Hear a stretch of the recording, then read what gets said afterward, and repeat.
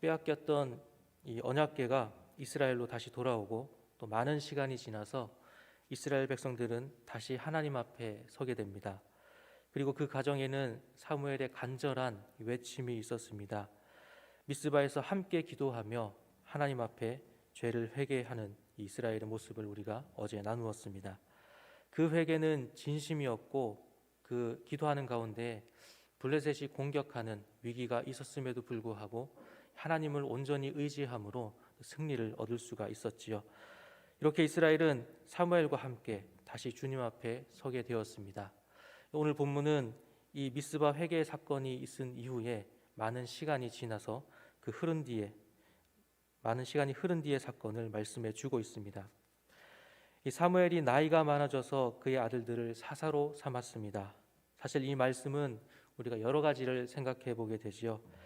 사사는 제사장처럼 세습하는 것이 아니기 때문입니다. 그런데 자신의 아들을 사사로 삼았다라는 것에 대해서 또 학자들은 여러 가지로 의견들을 이야기합니다. 혹자는 사무엘이 이제 초심을 잃었다라고 이렇게 보기도 하고 또 그 순간이지만 자신의 아들들에 대한 또 그 사랑 때문에 조금 이제 잘못된 결정을 하게 되었다라고 보는 그런 견해도 있는가 하면 사무엘이 자신을 돕는다라고 하는 의미에서 이 사사로 임명했다라고 이렇게 표현을 그렇게 한 것으로 보기도 합니다. 어떠한 것이었든지 간에 이 사무엘이 두 아들을 사사로 선택한 것은 아주 잘못된 실패한 결정이었음을 우리가 보게 되지요. 3절에서 말씀합니다. 그의 아들들이 자기 아버지의 행위를 따르지 아니하고 이익을 따라 뇌물을 받고 판결을 굽게 하니라 라고 말씀합니다. 우리가 앞에서 나눴던 이 엘리 가문의 그런 모습을 보게 되는 것 같습니다. 엘리와 달리 사무엘은 하나님 앞에서 신실한 자였기 때문에 그람 점이 조금 다르지만 이 신앙의 교육에 있어서는 실패한 것을 우리가 보게 되는 것이죠. 그리고 이러한 결과는 이스라엘에게 있어서 큰 변화를 가지고 오게 됩니다. 이 엘리의 때와 똑같이 이 두 아들들의 부패한 모습 때문에 더 이상은 하나님이 다스리시는 이 신정 국가가 아니라 왕이 다스리는 왕정 국가로서의 이 새로운 나라를 요구하는 이스라엘 백성들을 우리가 보게 됩니다. 5절 말씀에 이렇게 말씀합니다. 그에게 이르되 보소서 당신은 늙고 당신의 아들들은 당신의 행위를 따르지 아니하니 모든 나라와 같이 우리에게 왕을 세워 우리를 다스리게 하소서 한지라 라고 말씀합니다. 이스라엘의 모든 장로들이 모여서 사무엘에게 나라가 세워져 간다라는 것이었습니다. 사무엘은 이들의 요구에 대해서 기뻐하지 않습니다. 그 기뻐하지 않았던 이유는 자신 때문도 아니었고 또 두 아들 때문도 아니었습니다. 이 주변의 나라를 따라가려고 하는 이런 모습 때문이었습니다. 주변의 나라들로부터 또 지금껏 고통받아 왔던 것은 이스라엘 백성이 하나님 앞에 바로 서지 못했기 때문이었죠.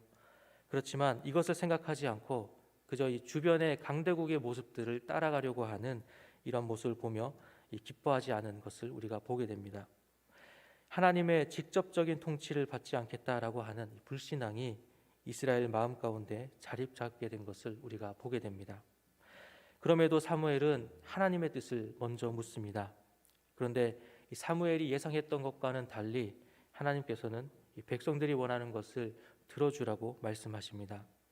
그러나 그 백성의 요구들을 들어주되 그것이 얼마나 잘못된 것인지를 경고하게 하셨습니다. 이 본문 10절에서 18절까지는 왕을 세웠을 경우에 그 백성들이 치러야 할 대가에 대해서 말씀해 주고 있습니다. 왕이 세워지면 이 백성들이 지금 생각하고 있는 것처럼 나라가 부강한 나라에서 평화롭게 사는 것이 아니라 그 왕 한 사람을 위해서 많은 사람들이 희생해야 한다는 것을 말씀해 주고 있지요. 이것은 무엇을 말씀합니까? 하나님의 통치를 거부하면 사람의 통치를 받는다라는 것입니다. 사람의 통치를 받는 그 결과는 무엇입니까? 18절에 말씀합니다.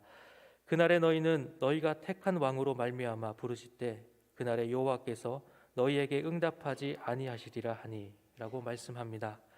이 세움받은 왕이 악행을 저지르고 또 그 악행으로 인하여서 백성들이 고통받고 신음할 때에 또다시 하나님을 찾을지라도 하나님께서는 응답하지 않으실 것이다라는 것이죠. 이 왕을 요구하는 것에 대해서 또 신중하게 선택하라는 그러한 경고의 의미가 있습니다. 하지만 이미 이스라엘은 하나님으로부터 마음이 떠난 뒤입니다. 20절 말씀에 우리도 다른 나라들 같이 되어 우리의 왕이 우리를 다스리며 우리 앞에 나가서 우리의 싸움을 싸워야 할 것이니이다 라고 말하는 것을 보게 됩니다. 사무엘의 경고에도 이스라엘은 이 하나님을 떠나서 세상의 나라들을 따라가겠다라는 생각을 더욱 확고하게 세우는 것을 보게 됩니다. 당시에는 이 주변의 나라들과 이스라엘이 계속해서 전쟁이 있었기 때문에 아마도 그 다른 나라들과의 비교를 많이 할 수밖에 없는 상황이었습니다. 눈으로 확인할 수 있는 이 왕의 통치와 눈으로 확인할 수 없는 하나님의 통치, 이 가운데에서 이스라엘 백성들은 눈으로 확인할 수 있는 왕의 통치를 택한 것이지요. 이 어떤 왕의 한 사람의 그 아래에서 어떤 정치적인 체계를 갖춘 그런 모습은 더 이스라엘보다도 더 우월하게 보이는 그런 생각을 갖게 했을 것입니다. 사실은 우리에게도 이런 모습들이 많이 있지 않습니까? 하나님을 알지 못하는 사람들이 승승장구해 가는 모습들을 우리가 보게 될 때가 있습니다. 그리스도인은 그리스도인이기 때문에 자유가 없는 것처럼 생각되기도 하고 또 때로는 뒤처지는 것처럼 느껴지기도 합니다. 또 반대로 하나님을 알지 못하는 사람들이 더 자유롭고 더 풍요로워 보이는 것처럼 우리가 느껴질 때가 있지요. 어쩔 때는 하나님을 알지 못하는 것이 더 좋아 보일 때도 있습니다. 왜 이런 모습이 나타날까요? 이스라엘이 지금 요구하고 있는 것처럼 눈으로 확인할 수 있는 왕을 찾고 있기 때문입니다. 그리스도인으로서 우리의 모습과 또 하나님을 알지 못하는 자들의 모습, 이 눈으로 비춰지는 것만을 비교한다면 우리는 절대로 만족할 수가 없습니다. 하나님께서는 우리에게 가정을 통하여서 또 교회를 통하여서 이 천국을 조금이나마 맛보아 알도록 하셨습니다. 하지만 그렇다고 해서 이 땅에서 우리가 천국을 완전히 보고 또 느낄 수는 없지요. 이 가정에서 또 교회에서 모든 사람들에게 행복한 일만 일어날 수 없는 것이 바로 이러한 이유입니다. 이 땅에서 우리는 완전하지 않기 때문이지요. 마찬가지로 이스라엘은 지금 눈에 보이는 이 주변의 나라들을 보고 있기 때문에 이스라엘을 세우시고 또 이끌어 가시는 왕이신 하나님을 보지 못하는 것을 우리가 보게 됩니다. 마지막 22절에 말씀합니다. 여호와께서 사무엘에게 이르시되 그들의 말을 들어 왕을 세우라 하시니 사무엘이 이스라엘 사람들에게 이르되 너희는 각기 성읍으로 돌아가라 라고 말합니다. 그럼에도 하나님께서는 이스라엘의 요구를 들어주시는 것이지요. 이 끝까지 고집을 부렸던 이 이스라엘의 대가는 무엇이었습니까?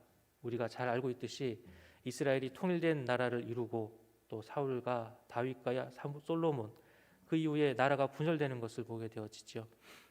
그래도 이 남유다는 선한 왕이 8명이라도 있었지만 북이스라엘은 단 한 명의 선한 왕도 없는 것을 우리가 보게 됩니다. 이러한 결과가 바로 이스라엘의 선택의 결과였다라는 것입니다. 오늘 말씀을 정리합니다. 우리는 이 왕을 요구하는 이스라엘의 모습을 오늘 본문에서 함께 보았습니다. 이 요구는 사무엘과 또 두 아들 때문이었기도 하지만 가장 큰 이유는 이 다른 나라들을 보면서 하나님의 통치가 아니라 사람의 통치를 받겠다라고 하는 그러한 마음에서 비롯된 것을 보게 됩니다.